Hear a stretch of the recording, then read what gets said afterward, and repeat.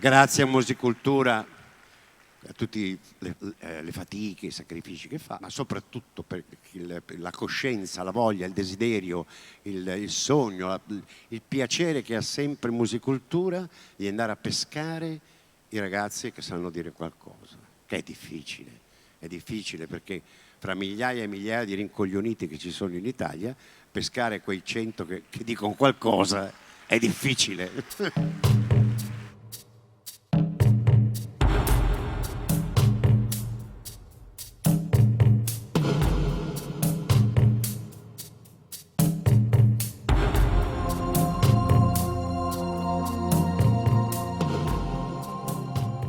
È giusto essere qui perché questo è il posto che può permettere alla canzone d'autore di crescere ancora e rinnovarsi.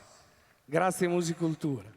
La parola musicultura è una parola che bisogna sostenere, perché sia la musica che la cultura. Siamo in un brutto momento, perché qualsiasi cosa si può fare per sostenere la musica, la cultura in generale, è il nostro dovere farlo. Cos'ha di speciale questo festival, Gino? Beh, è una finestra aperta sul domani dei giovani, degli autori giovani. Una finestra sul futuro è l'unica cosa che conta in questo momento, non soltanto per la musica, direi. È un grande spettacolo, è una grande semina, è una grande possibilità per i giovani talenti, per i talenti che hanno qualcosa anche da dire, non solo da cantare. Già la prima volta che venni qua, e doveva essere il 91, la sensazione era comunque emozionante perché era una manifestazione singolare, fuori dai tracciati normali, usuali.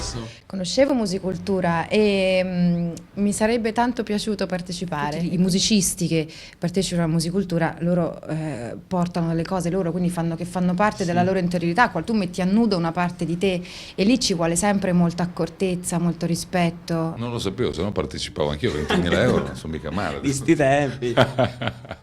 No, beh, questa è un'iniziativa molto forte, anche perché comunque è una forma di finanziamento molto importante verso la musica, verso dei gruppi, dei ragazzi che comunque spendono e si investono nella musica. Musicultura è un palcoscenico meraviglioso, importante, di prestigio, di spessore. E non è che se ne facciano molte di queste cose in Italia. Questa esperienza per me a Musicultura è un sogno che si realizza, perché ai tempi del CET, e quindi nel 2006, tutti al CET parlavano di Musicultura come un concorso valido, che ti poteva dare delle strade valide, delle dritte valide e soprattutto un parco di artisti con cui confrontarsi, insomma, con un confronto leale, come i veri sportivi.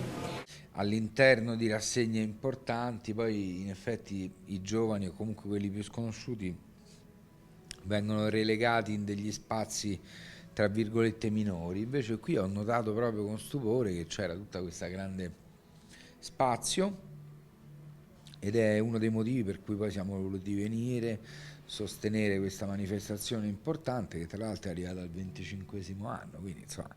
Quindi è una manifestazione che consiglia a chiunque di seguirla? No, io più che altro la prescriverei. Tutta musica leggera, ma come vedi la dobbiamo cantare.